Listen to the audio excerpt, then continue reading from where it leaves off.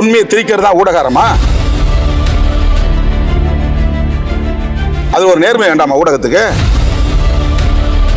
இவர் கருத்து சொல்ல உரிமை இருக்கு, ஆனா பதற்றத்தை உருவாக்குறதுக்கும் ஒரு புலனாய்வு நடக்காத போது வண்டியில போய் மோதுனதுங்கிறது என்ன ஆதாரம்? வண்டியில மோதுனதுங்கிறதுக்கு ஆதாரம் காட்ட சொல்லுங்க, நான் மன்னிப்பு கேட்கிறேன். எல்லா சேனல்லையும் செய்தி வந்ததுல ஏன் வேற சேனல்ல நான் சொல்லல? இந்த டிவிக்காக தொடர்ந்து பல வருஷமா ஒரு சைடு எடுத்து ஒரு அவதூறு பரப்புறதுலையும் வதந்தி பரப்புறதுலையும் சமூக பதற்றத்தை ஏற்படுத்துறதுலையும் குறியாருக்கு செயல்படுறாங்க. திரும்ப திரும்ப செய்கிறாங்களா? மறுபடியும் போய் ஒரே ஆள் போய் அவங்கள்ட்ட பேட்டி எடுக்கிறது, இவங்கள்ட்ட பேட்டி எடுக்கிறது, ஒரு 3-4 பேர்கிட்ட பேட்டி எடுத்து அது அவங்க சமூகத்தெல்லாம் பேர சொல்லி திருமாவளவன் அடிக்க சொன்னாலும் பேட்டி வாங்கி போடுறாங்க. என் வண்டி நகர்ந்துருச்சு, அந்த மொத்த செகண்ட்ஸே பாருங்க, 30 செகண்ட் 40 செகண்ட்ஸ் தான் நடந்திருக்கும். சுற்றி சூழ்ந்து நின்றுட்டாங்க வண்டிக்கு முன்னால. அங்கே என்ன நடக்குதுன்னு தெரியாது, நான் உள்ளே உட்காந்துருக்கும்போது. அந்த மாதிரிலாம் நான் விட்டுட்டு ஒரு ஆள் கிடையாது. பிரச்சனை டக்குன்னு ஸ்பாட்டில் இறங்கிடுவேன் நான்.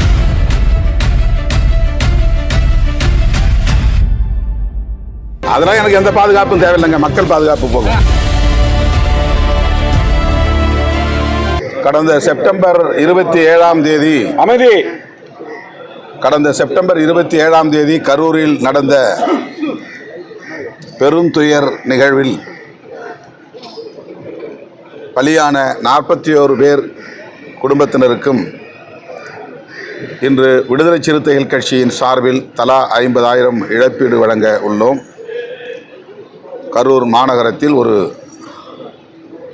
திருமண மண்டபத்தில் இந்த நிகழ்வு ஒருங்கிணைக்கப்பட்டிருக்கிறது. பாதிக்கப்பட்டவர்களின் குடும்பத்தை சார்ந்த உற்றார் உறவினர்கள் இதில் பங்கேற்க இருக்கிறார்கள். பலியான தோழர்கள் 41 பேருக்கும் குழந்தைகள் உட்பட அங்கே அஞ்சலி செலுத்த இருக்கிறோம். பாதிக்கப்பட்ட குடும்பத்தினருக்கு தலா ஒருவருக்கு அரசு வேலைவாய்ப்பு வழங்க வேண்டும் என்று தமிழ்நாடு அரசுக்கு விடுதலை சிறுத்தைகள் கட்சி வேண்டுகோள் விடுக்கிறது.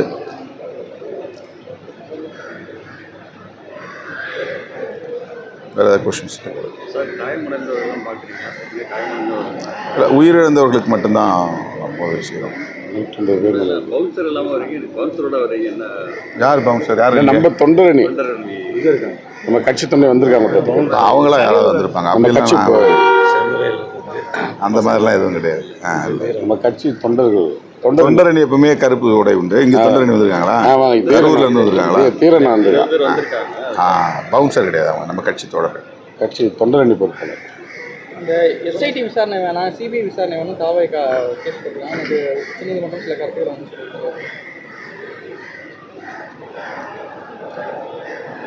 எஸ்ஐடி யார் கேட்டது? எஸ்ஐடி உயர்நீதிமன்றமே தானாக. கரெக்ட். இல்லை, அவங்க என்ன கிரவுண்ட்ஸில் இந்த கோரிக்கை வைத்திருக்கிறார்கள் அப்படின்னு நமக்கு தெரியல. இதை நெரிசல் சாவு அப்படின்னு பொதுவாக எல்லோரும் சொல்லக்கூடிய நிலையில் அது நெரிசலால் ஏற்பட்ட சாவு இல்லை, புறநிலை தூண்டுதலால் நேர்ந்த சாவுகள் என்று அவர்கள் கருதுவதாக தெரிகிறது. அதனால்தான் இதை திசை திருப்ப பார்க்கிறார்களோ என்ற ஒரு விமர்சனமும் கூடவே எழுந்தது. விடுதலை சிறுத்தைகளும் அந்த விமர்சனத்தை வைத்தோம். நெரிசல் சாவு பிறரால் தூண்டப்பெற்று நடைபெறக்கூடிய ஒன்று அல்ல. தன்னார்வத்தோடு வரக்கூடிய தொண்டர்கள்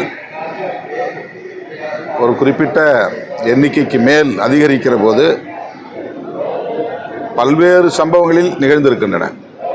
மகாமக நிகழ்விலே நடந்திருக்கிறது, கும்பமேளா நிகழ்விலே நடந்திருக்கிறது, பெங்களூர் என்று கருதுகிறேன் ஒரு கிரிக்கெட் விழாவின் போது நடந்திருக்கிறது, ஆந்திராவிலே அல்லு அர்ஜுன் திரைப்படம் பார்க்க போன போது அவரை பார்க்க வந்த இடத்திலே அது போன்ற ஒரு சம்பவம் நிகழ்ந்திருக்கிறது.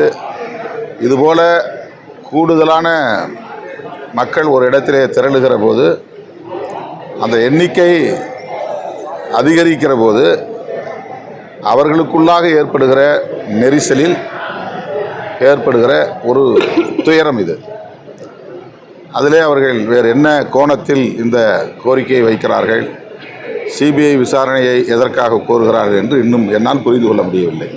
இப்போ பாஜக தலைவர் என்ன சொல்லியிருக்காருன்னா, அங்கே விஜய் வந்து அங்கே போனால் அவரை வந்து கொல்ல வாய்ப்பு இருக்குது அப்படிங்கிற மாதிரி வந்து சொல்லியிருக்காரு. ஏற்கனவே கொலை நடந்திருக்கு, இவர் போனால் இவரையும் கொலை செய்ய வாய்ப்பு இருக்குங்கிற மாதிரி இல்லாத பொல்லாத கதைகளை கட்டுக்கதைகளை பேசுவதே அவரது வாடிக்கையாக இருக்கிறது. கற்பனையாகவும் யூகமாகவும் பல செய்திகளை அவர் பரப்புகிறார். அரசியல் செய்ய வேண்டும் என்பதிலே யாருக்கும் மாற்று கருத்து இல்லை. ஆனால் சமூக பதற்றத்தை ஏற்படுத்துவதில் அவர் குறியாக இருக்கிறார். தமிழ்நாட்டை பொறுத்தவரையில் மாநில தலைவராக நயினார் நாகேந்திரன் அவர்கள் நியமிக்கப்பட்டு பல மாதங்கள் ஆகின்றன. ஆனால் இன்னும் அண்ணாமலையே தான் தலைவர் என்கிற மனநிலையில் ஏதேதோ பேசிக்கொண்டிருக்கிறார். விஜய் அவர்களுக்கு இங்கே என்ன ஆபத்து ஏற்பட இருக்கிறது என்று நம்மால் புரிந்து கொள்ள முடியவில்லை. அவர் மக்கள் செல்வாக்கோடு இயங்கக்கூடிய ஒரு தலைவராக இருக்கிற சூழலில் அவருடைய உயிருக்கு ஆபத்து விளைவிக்கக்கூடிய அளவுக்கு என்ன சூழல் இங்கே நிலவுகிறது, அண்ணாமலை தான் விளக்க வேண்டும். சார், நிறைய கோரிக்கைகள் வைக்கிறார் நீதிமன்றத்தில். விஜய் பின்னாடி யாரும் வரக்கூடாது, வந்தால் தடியடியெல்லாம் நடத்தலாம், அந்த மாதிரி இதெல்லாம் கூடாது. எதுக்காக அந்த மாதிரி என்ன கோரிக்கை வைக்கிறார்? நிறைய இந்த மாதிரி கூட்டம் தொடரக்கூடாது, கரூருக்கு பந்தோபஸ்து கொடுக்கணும், கூட்டம் ஏதாவது நெருக்கடி அந்த மாதிரி நெரிசல் இருந்துச்சுன்னா தடியடி கொடுக்க நடத்துறதுலாம் அனுமதி தரணும், அந்த மாதிரிலாம் நிறைய சொல்லியிருக்காரு. அதை நீங்கள் எப்படி பார்க்குறீங்க? அது இந்த நெரிசல் சாவுக்கு பிறகு ஏற்பட்ட ஒரு அனுபவம், ஒரு படிப்பினை. ஆகவே அப்படி அவர் கோரிக்கையை வைப்பதில் ஒன்றும் தவறில்லை. உச்சநீதிமன்ற நீதிபதிகள் சொல்லியிருக்காங்க, அமர்வு நீதிமன்றம், அதாவது சென்னையில் மதுரையில் வந்து உயர்நீதிமன்றத்தில் வந்து வழக்கு இருக்கிறப்ப அவங்க எப்படி விசாரிச்சாங்க, அதையும் கேள்வி எழுப்பியிருக்காங்க. மதுரை உயர்நீதிமன்றத்தில் டிவிஷன் பெஞ்சில் விசாரணை நடக்கும்போது சிங்கிள் ஸ்டேஜ் எப்படி சென்னையில் விசாரிக்கலாம், கரூர் ஜூரிஸ்டிக்ஷன் வந்து மதுரைக்கு சேர்ந்தது, அதனால் அப்படி கேட்டிருக்காங்க. அது அவங்களுக்கும் நல்ல விஷயம். அண்மை காலமாக இதுபோல் ஜூரிஸ்டிக்ஷன் மாதிரி விசாரிக்கிற நிலையை நாம் பார்க்கிறோம்.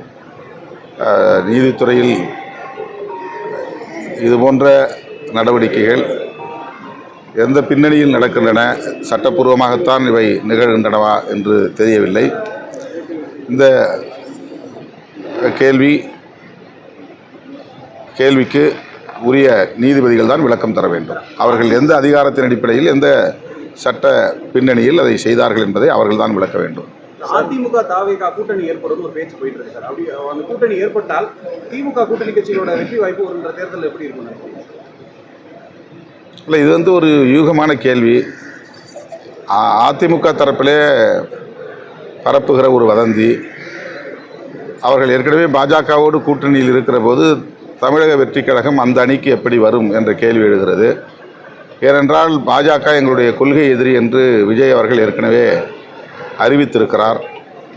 அப்படி என்றால் பாஜக, அதிமுக, தாவேக ஆகிய கட்சிகள் கூட்டணியில் இருக்குமா, அல்லது பாஜகவை கழட்டி விட்டுவிட்டு அதிமுக வெளியேறுவதற்கு தயாராக இருக்கிறதா என்ற இன்னொரு கேள்வியும் எழுகிறது.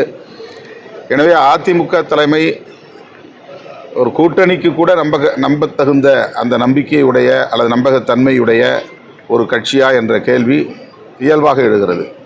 பாஜகவை கழற்றிவிட்டு அதன் பின்னர் தாவேகாவோடு கூட்டணி வைக்க அவர்கள் தயாராக இருக்கிறார்களா? இந்த கேள்வி எழுகிற போது அவர்களின் நம்பகத்தன்மையும் கேள்விக்குள்ளாகிறது. கடந்த 6ஆம் தேதி EPS விஜய் சந்திப்பு நடந்ததாக ஒரு பேச்சு. அதுதானே, அது ஒரு யூகம் தானே. சந்திச்சாங்கன்னா சொல்லுங்கள், சந்தித்த பிறகு பேசுவோம். இப்போ வாகனம் மோதினதில் பிஜேபியோடைய தலையீடு இருக்குது, அவங்களுடைய சதி இருக்குன்ற மாதிரி சொல்லியிருக்கீங்க. எந்த அளவுக்கு? அண்ணாமலை முந்திரிக்கொட்டைத்தனமாக இதில் வந்து விமர்சனம் செய்தது, எங்கள் மீது வழக்கு பதிவு செய்ய சொன்னது உள்நோக்கம் கொண்டது. அதாவது இருசக்கர வண்டியின் மீது என்னுடைய கார் மோதியது அப்படிங்கிறதுக்கு எந்த ஆதாரமும் இல்லை. ஆனால் அவர் வந்து இருசக்கர வண்டியை நிறுத்திவிட்டு எங்கள்கிட்ட வந்து சத்தம் போட்டதுக்கு ஆதாரம் இருக்குது. அவரை எஸ்கார்ட் போலீஸ் போய் நீங்கள் ஒதுங்கி போங்கன்னு கேட்குறாங்க, அவர் போக மாட்டேங்கிறாரு. அதன் பிறகு அங்கே இருந்த எங்கள் இயக்கத்தோழர்கள், தம்பி ஒதுங்கி நில்லுங்க, தள்ளி போங்கன்னு சொல்கிறாங்க, அவர் போக மாட்டேங்கிறாரு. அந்த இடத்துல நின்று வீம்புக்கான ஒரு விவாதத்தை நடத்துகிறார், வாக்குவாதம் பண்ணுறாரு. அப்போ வண்டியை வந்து நீ முன்னால் தள்ளிப்போ அப்படின்னு அவரை சேர்த்து தான் தள்ளுறாங்க. ஆனால் அவர் கையை விட்டுறாரு வண்டி. அந்த வண்டி இன்னொரு உண்மை என்னென்னா, அந்த வண்டி எங்கள் கட்சிக்காரன் வண்டி, விடுதலை சிறுத்தைகள் கட்சியை சார்ந்த ஒரு தம்பியின் வண்டி. அந்த வண்டியை அவர் 12:30 மணிக்கு எனக்கு வந்து ஒரு இடத்துக்கு போகணும் வேணும் கொடுங்கன்னு சொல்லி வாங்கியிருக்கிறாரு. ஆனால் 12:30 மணிக்கு அந்த இடத்துல இருந்து அவர் போகல. 2:30 மணிக்கு நான் நிகழ்ச்சி முடிச்சுட்டு வரும்போது தான் அந்த வண்டி எடுத்துகிட்டு வராரு அவர். முன்னால் யாருமே இல்லை, எந்த டிராஃபிக்குமே இல்லை. நினச்சிருந்தா ஒரு சரன்னு வேகமாக போயிருக்கலாம், அல்லது இடது பக்கத்தில் நிறைய இடம் இருந்துச்சு, இடது பக்கத்தில் அவர் ஒதுங்கி போயிருக்கலாம். அதாவது வண்டியை பார்த்த பிறகு ஒரு கட்சி கொடி யாரோ வராங்க, சரி அவங்க போட்டோம் அப்படின்னு அவர் தள்ளி நின்றுருக்கலாம். ஆனால் காருக்கு முன்னால் வந்து வண்டியை நிறுத்திட்டு வண்டி மோதாத போதே, ஏன்னா வண்டிக்குள்ளே இருந்து எங்களுக்கு தெரியும் வண்டி மோதிச்சா இல்லையான்னு. வண்டி மோதலை, வண்டி மோதுறதுக்கான வாய்ப்பே இல்லை. ஏன்னா அது ஸ்பீட் பிரேக் இருக்குது, அந்த இடத்துல ஒரு 4-5 ஸ்பீட் பிரேக் இருக்குது. நாங்களும் அப்போ தான் நிகழ்ச்சி முடித்து 2 நிமிஷம் தான் ஆகுது, உடனே ஸ்பீடு இருக்கிறதுக்கான தேவையும் அங்கே இல்லை. அப்போது வண்டியே மோதவில்லை என்கிற போது அண்ணாமலை எந்த புலனாய்வு அறிக்கையை பெற்றார்? வண்டி பைக்கில் மோதிச்சுன்னு சொல்கிறதுக்கு யார் அவருக்கு உறுதிப்படுத்தியது? அவர் ஏன் முந்திக்கிட்டு வந்து விடுதலை சிறுத்தையிலேருந்து குண்டர்கள்ங்கிறாரு, ரவுடிகள்ங்கிறாரு? அந்த வீடியோவை வெளியிட்டவர்களுக்கும் இவருக்கும் ஏதோ ஒரு தொடர்பு இருக்கிறது. இந்த வீடியோவை வெளியிடுவதற்கு என்னுடைய காருக்கு முன்னால் இருந்த ஒருவர் தான் எடுத்திருக்க முடியும். என்னுடைய காருக்கு முன்னால் எந்த பிரச்சனையும் இல்லை. ஏன்னா நான் ப்ரொட்டஸ்ட் பண்ணுற இடத்துல தான் எல்லாருமே இருந்தாங்க. வழக்கமாக என்கிட்ட பேட்டி கேட்பாங்க, எனக்கு என்னன்னு தெரியல, பேட்டி கேட்கல. நான் இறங்கி வந்தவுடனே நான் பாட்டுக்கு என் வண்டியில் ஏறி வந்துட்டேன். நல்லா வேர்த்து இருந்துச்சு, நான் தலையை தோட்டிட்டு தான் இருந்தேன். எதுவும் பின்னால் என்ன நடக்குது, சைடில் என்ன நடக்குதுன்னா நான் பார்க்கல. நல்லா வேர்த்து போச்சு. எனக்கு கொஞ்சம் நேரம் தொடங்கலைனா கூட தலைவலி வந்துடும். அதனால் நான் வந்து அதை தொடச்சிட்டே வந்தேன். திடீர்னு எல்லாம் கும்பல் கூண்டதை தான் நான் பார்க்குறேன். ஒரு நிமிஷம் கூட இருக்காது, எங்கள் வண்டி அதுக்கப்புறம் மூவ் ஆயிடுச்சு. அந்த தம்பி அந்த பக்கம் ஓடிட்டார். கும்பலில் என்ன நடந்ததுன்னு கூட நான் பார்க்கல. ஏன் இறங்கலை, ஏன் தடுக்கலை அப்படிங்கிற கேள்வி தான் அவர் எழுப்புறாரு. எனவே முன்னால் வந்து ஒரு ஆளை செட் பண்ணி வச்சு இந்த வீடியோவை எடுத்திருக்காங்க. அந்த வீடியோ உடனடியாக வந்து அண்ணாமலைக்கு போயிருக்கு, அல்லது அந்த வீடியோ உடனடியாக ஒரு தனியார் தொலைக்காட்சி போயிருக்கு. சம்பவம் நடந்தது 2:34. ஆனால் அந்த வீடியோ வந்து அந்த தனியார் தொலைக்காட்சியில் 2:39க்கு அப்லோட் பண்ணுறாங்க. 5 நிமிஷத்தில் அந்த தனியார் தொலைக்காட்சிக்கு வீடியோ எப்படி கிடச்சிது? அவர் அங்கே வந்து எடுத்தாரா, அல்லது அவருக்கு வேறு யாராவது கொடுத்தாங்களா? உடனடியாக அண்ணாமலைக்கு மட்டும் எப்படி அந்த செய்தி வந்து தெரியுது? அவர் வந்து அடுத்த 1 மணி நேரத்தில் வந்து விடுதலை சிறுத்தைகள் வந்து குண்டர்கள், அவங்கள கைது பண்ணணும், திருமாவளவனும் அதுக்கு வந்து வேடிக்கை பார்த்து இருந்திருக்கிறாரு அப்படின்னு அவர் கண்டிக்கிறாரு. அதனால் நாங்கள் விசாரித்து வரலாம், பொலிட்டிக்கலாக எங்களுக்குள்ளே கனெக்டடு அந்த லிங்கில் விசாரித்து வரலாம். இதுக்கு பின்னால் பிஜேபி இருக்குது. இது மாதிரி நான் ஆர்ப்பாட்டத்துக்கு வரேங்க தெரிஞ்ச உடனே அங்கே இருக்கிற அட்வொகேட்ஸ்கிட்ட சொல்லி அங்கே ஏதாவது ஒரு பிரச்சனை பண்ணுங்க அப்படின்னு சொல்லியிருக்கிறாங்க. இந்த பிரச்சனை நடந்திருக்கு. இது திட்டமிட்ட ஒன்று. இது குறித்து நான் வந்து முதல்வரை சந்தித்து இதை முழுமையாக ஒரு விசாரணை நடத்தணும்னு நான் கோரிக்கை வைக்க இருக்கிறேன். ஏன்னா இது என்னுடைய பாதுகாப்போடு தொடர்புடைய ஒரு விஷயமா இருக்குது. நான் முதல்ல இது வந்து ரொம்ப சிம்பிளாக நினச்சேன். ஒன்றும் இல்லை தம்பி, விடுங்க பிரச்சனை பண்ணாதீங்கன்ட்டு நான் போயிட்டேன். அதுக்கப்புறம் வந்து தோழர்கள்லாம் மறியலில் உட்காந்தானோடனே டிசி லைனுக்கு வந்தார். சார் அது ஒன்றும் இல்லை சார், நான் போக சொல்லிட்டேன், நீங்கள் அந்த தம்பியை விட்டுருங்க, அவர் யாருன்னு தெரியாது. இப்போ அவர் வந்து வக்கீல்னு எங்களுக்கு தெரியுமா, அவர் என்ன சாதின்னு தெரியுமா, என்ன மதம் தெரியுமா, என்ன கட்சின்னு தெரியுமா. ஆனால் அவருக்கு நான் யாருன்னு தெரியும். நான் உள்ளே இருக்கிறது தெரியலனா கூட கட்சி கொடி தெரியும். எனக்கு பின்னால் போலீஸ் எஸ்கார்ட் வராங்க, அவங்க சைரன் போட்டு வராங்க. இவ்வளவு தெரிஞ்சும் வண்டி மோதாத போதே ஒருத்தர் அடுத்து வண்டிக்கு முன்னால் ரோட் சென்ட்ரலில் வண்டியை நிறுத்திட்டு அவர் நோக்கி வந்து அப்பயும் டிரைவர்கிட்ட போகல, என்கிட்ட நோக்கி வந்தாருங்கிறாங்க. நான் சரியாக அதை கவனிக்கலை. நான் கவனிக்கலாம், தலை தொடச்சிட்டு இருந்தேன். ஸோ இந்த விவகாரத்தில் பிஜேபி உடனடியாக ஆர்எஸ்எஸ்காரங்க தான் வேகமாக இறங்கி இதில் வேலை செய்கிறாங்க. ஆர்எஸ்எஸ் பிஜேபியோட தொடர்புடைய சாதி அமைப்புகள் வேகமாக வேலை செய்கிறாங்க. ஒரு சமூக பதற்றத்தை உருவாக்குவதற்கு இந்த தனியார் தொலைக்காட்சியும் அண்ணாமலையும் காரணமாக இருக்காங்க. இப்போ எனக்கு வந்து எனக்கோ எங்கள் கூடியிருந்த தம்பிகளுக்கோ அவங்களுக்கு என்ன அடையாளங்கிறது தெரியலாம், ஆனால் அவர் என்ன அடையாளம் யாருக்குமே தெரியாது. உடனே இந்த சாதி பார்த்து தான் அவங்க அடித்தாங்க அப்படின்னு ஒரு சாதிக்கு எதிராக எங்களை நிறுத்துறாங்க. நாங்கள் எப்படி ஒரு சாதிக்கு எதிராக செயல்பட முடியும்? அப்போ எங்களை ஒரு சாதிக்கு எதிராக நிறுத்துகிற முயற்சியில் ஏன் வந்து அண்ணாமலை ஈடுபடுறாரு? சமூக பதற்றத்தை உருவாக்குறாரு.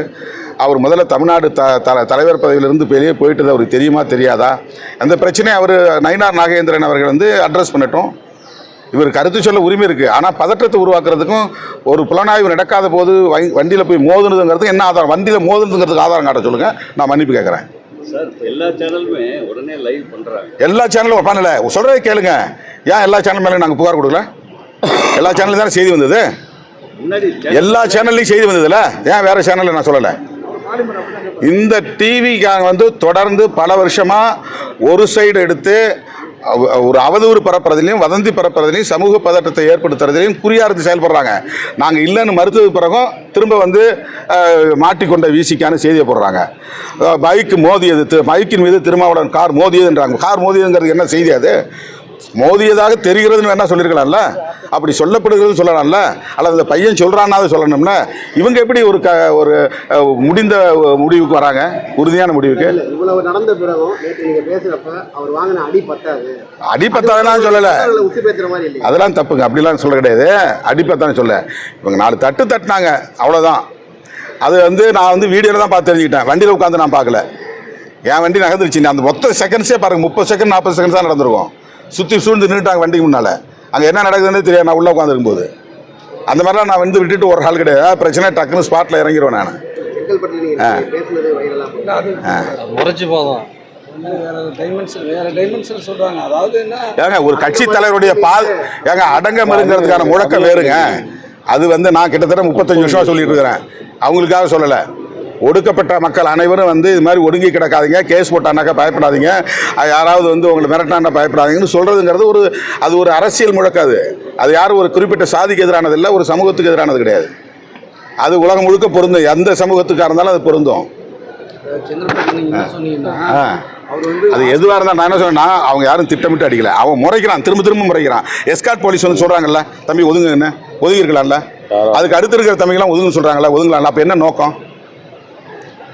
வண்டி மோதி கீழே வேலை, இல்லை வண்டி மோதி ஒரு ஏதாவது ஸ்க்ராட்ச் இருக்கா காட்டுங்க, ஒரு டெஸ்ட் எடுங்க. இந்த வண்டி அந்த வண்டி மோதுனுங்கிறதுக்கு ஏதாவது பெயிண்ட் ஒட்டியிருக்கோம்ல.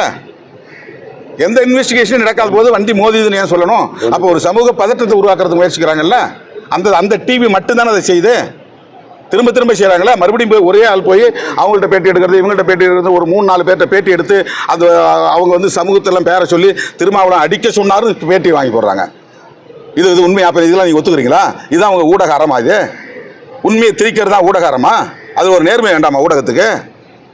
ஒன் சைடு எடுத்து செய்வாங்க, அவதூறு பரப்புவாங்க, வதந்தியை பரப்புவாங்க, சமூக பதற்றத்தை பரப்புவாங்க. அதையெல்லாம் ஊடக சங்கங்கள் அங்கீகரிக்குது. அப்போ நான் ஊடகவியலாளர் பக்கம் நிற்கிறவன் தான். ஊடகவியலாளருக்காக எத்தனை முறை நான் போய் களத்தில் நின்றுக்கிறேன். நான் என்றைக்கு நிற்பேன், இன்னைக்கு நிற்பேன், நாளைக்கு நிற்பேன். அது ஆனால் ஒன் சைடு எடுத்து வேலை செய்யக்கூடிய ஊடகங்களை நீங்கள் எப்படி அங்கீகரிக்கிறீங்க? பைக்கு மோதி இருக்கிறதுக்கு நீங்கள் ஆதாரம் காட்டுங்க. மற்ற சங்கங்கள்லாம் இன்றைக்கி என்ன கண்டிச்சிருக்காங்கல்ல, அந்த சங்கங்கள் எடுத்து இந்த ஃபுட்டேஜ் இருந்தால் எடுத்து காட்டுங்க. உன் கார் அதில் மோதிச்சு, அதனால தான் அந்த செய்தியை போட்டாங்கன்னு காட்டுங்க. நீங்கள் என்ன சொன்னாலும் நான் கேட்டுக்கிறேன், பொது இடத்துல நான் மன்னிப்பு கேட்குறேன். இன்னொரு தரப்பு Z+ பாதுகாப்புக்காக நீங்கள் அதெல்லாம் எனக்கு எந்த பாதுகாப்பும் தேவையில்லைங்க, மக்கள் பாதுகாப்பு போகும்.